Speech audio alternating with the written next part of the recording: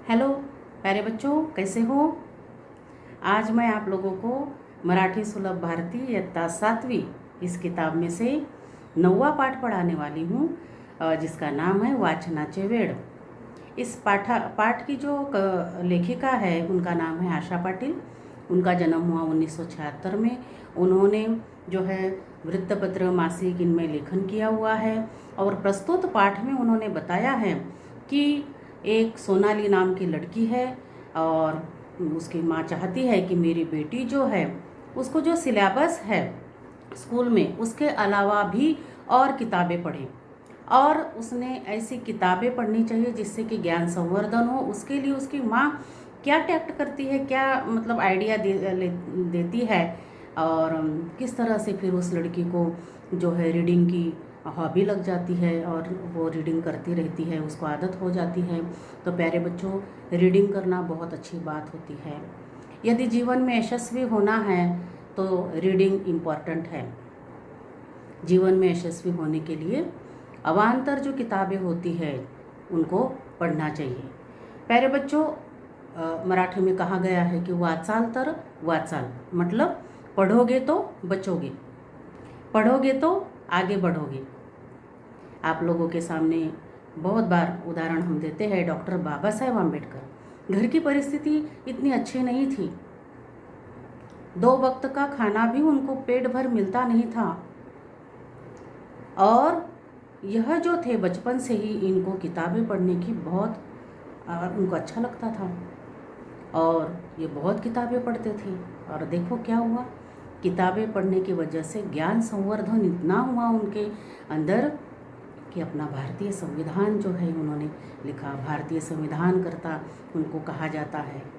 तो प्यारे बच्चों, जिसके पास ज्ञान है उसको जो है इस तरह से जीवन जो है जीवन में यशस्वी या यशस्विता उनको दिखाई देती है। उसी तरीके से जो है स्वामी विवेकानंद, इनको भी किताबें पढ़ना बहुत अच्छा लगता था। डॉक्टर APJ अब्दुल कलाम, ये भी बहुत किताबें पढ़ते थे और स्टूडेंट को बताते थे कि आप लोगों ने अपना ज्ञान संवर्धन के लिए कि जो है स्कूल में जो सिलेबस होता है उसके अलावा भी बहुत सारी किताबें पढ़नी चाहिए। और जो है अपने अमेरिका के माजी राष्ट्राध्यक्ष जो है अब्राहम लिंकन का उदाहरण मैं आपको बताती हूँ।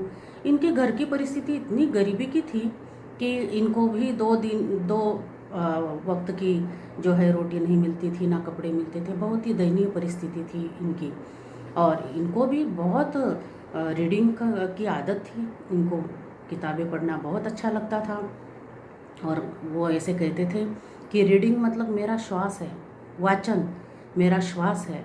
एक बार उनका जो गांव था, उनके गांव के पास एक नदी थी और नदी के दूसरे साइड में एक गांव था। तो उस गांव में एक न्यायाधीश थे, उनके पास में कई सारे किताबें जो थे उन्होंने लाए हुए थे। जब अब्राहम लिंकन को पता चला तो उन्होंने सोचा कि मैं जाऊंगा, उन न्यायाधीश के पास जाऊंगा और मैं किताबें पढ़ूंगा, वहाँ पर जाऊंगा मैं ज़रूर। बारिश के दिन थे, नदी में पानी भी बहुत था, लेकिन उन्होंने क्या किया, किसी से जो है नाव बना ली, उस नाव में बैठे आधे नदी पार करी और फिर उसके बाद में ज़्यादा पानी होने के कारण नाव जो है उनसे छूट गई। पता नहीं क्या हुआ और वो पानी में उलटने के कारण वहाँ से आधे नदी में से उनको किनारे, दूसरे किनारे तक वो तैरते हुए गए न्यायाधीश के पास, और उन्होंने उनको कहा कि मुझे मालूम हुआ कि आपके पास बहुत सारी किताबें हैं, मैं पढ़ने के लिए आया हूँ। तो न्यायाधीश को बड़ा अच्छा लगा कि इतना छोटा बच्चा देखो और तैरते हुए आया है इतनी बारिश में, और इसको वो बड़े खुश हो गए और उन्होंने उनको कई सारी किताबें जो है पढ़ने के लिए दी और वो किताबें पढ़े उन्होंने, और देखो क्या हुए, कितना ज्ञान उनको मिला कि वह जो है अमेरिका के माजी राष्ट्राध्यक्ष बने। तो ये है यशस्विता जो होती है रीडिंग से मिलती है। रीडिंग करना चाहिए। तो देखते हैं पाठ। आजकालच्या मुलांना वाचन म्हणजे कंटाळवाणी गोष्ट वाटते। आजकालचे जो बच्चे हैं उनको पढ़ना, पढ़ाई करना, रीडिंग करना बहुत आलस आता है उनको। कंटाळवाणे मतलब आलस आना, आलस करते हैं। TV, video games, computer, mobile या सर्वांशी त्यांची मैत्री पक्की झाली आहे।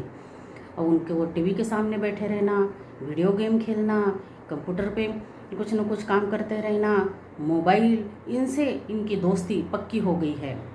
खरे तर सोनालीला ही पाठ्यपुस्तकांव्यतिरिक्त इतर पुस्तक वाचनाची बिल्कुल आवड नव्हती। और सच बात तो ये है, सोनाली नाम की ये जो लड़की है, इसको भी जो शालेय किताबें थी, जो स्कूल की किताबें थी, उनके अलावा इसको भी दूसरी किताबें पढ़ना बिल्कुल अच्छा नहीं लगता था। तिची आई आणि मोठ्या भावाला मात्र आवड नव्हे तर वाचनाचे वेडच होते, लेकिन उसकी माँ जो थी और उसका भाई जो था, इन दोनों को रीडिंग की बहुत हॉबी थी। तिच्या आईने बऱ्याच वेळा वाचनाकडे तिचे मन वळवण्याचा प्रयत्न केला। सोनाली की माँ ने बहुत बार उसको जो है रीडिंग की आदत लगनी चाहिए इसलिए प्रयास किया। आपल्या अभ्यासाशिवाय दररोज किमान 2 पाने अवांतर वाचावेत असे तिचे मत होते।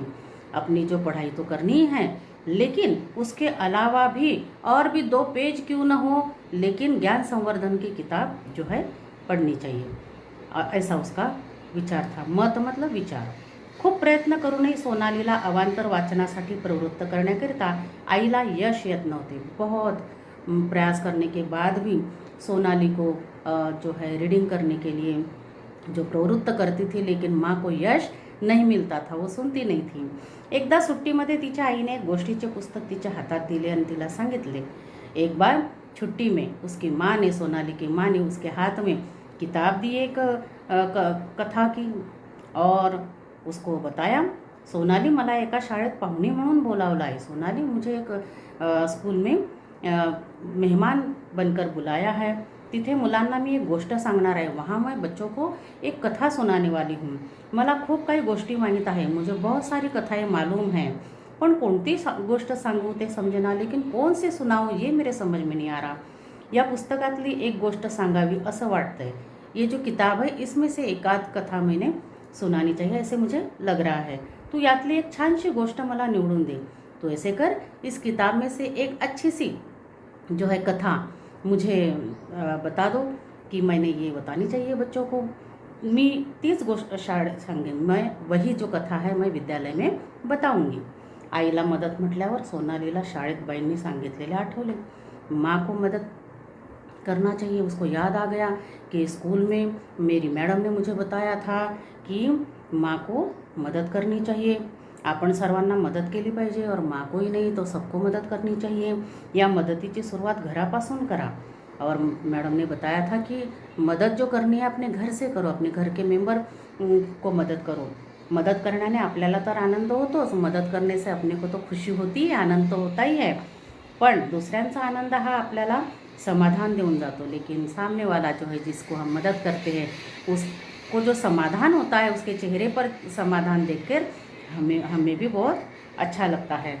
तुम्ही घरी किंवा इतर ठिकाणी कोणकोणती मदत करता? तुम घर में, मैडम ने पूछा कि घर में और जो है अलग अलग जगह पर कौन कौन से मदद करते हो, त्याची नोंद ठेवा वहाँ, और उसको लिखित में रखो कि हम कैसे कैसे रोजनिशी जो है लिखते हैं, उसमें लिखा करो कि हमने कैसे कैसे मदद की है। आणि ती दर शनिवार दाखवा, और दर शनिवार मतलब हर एक शनिवार को, हाँ, हर सैटरडे को दिखानी है, ऐसे मैडम ने कहा था। सोनालीने आतापर्यंत बऱ्याच नोंदी वहीत केल्या होत्या। तो सोनाली ने बहुत सारी जो है जो भी मदद की हुई थी, जो भी अच्छे काम किए हुए थे, उसने अपने नोटबुक में लिखे हुए थे। आईला मदत ही एक नवीन नोंद होईल, और उसमें एक नई जो है मेरी माँ को मैं मदत करूँगी, तो एक नया और उसमें लिखना हो जाएगा। बाई देखील सगळ्यांसमोर आपले कौतुक करतील, और हमारी जो मैडम है वो भी मेरी सबके सामने प्रशंसा करेगी, तो मुझे बहुत अच्छा लगेगा। तो बेटा इसके आगे का देखते हैं कि क्या होता है अगले वीडियो में, पार्ट 2 में। ओके बेटा, यहाँ तक समझ में आया होगा ऐसे मैं उम्मीद करती हूँ। बाय।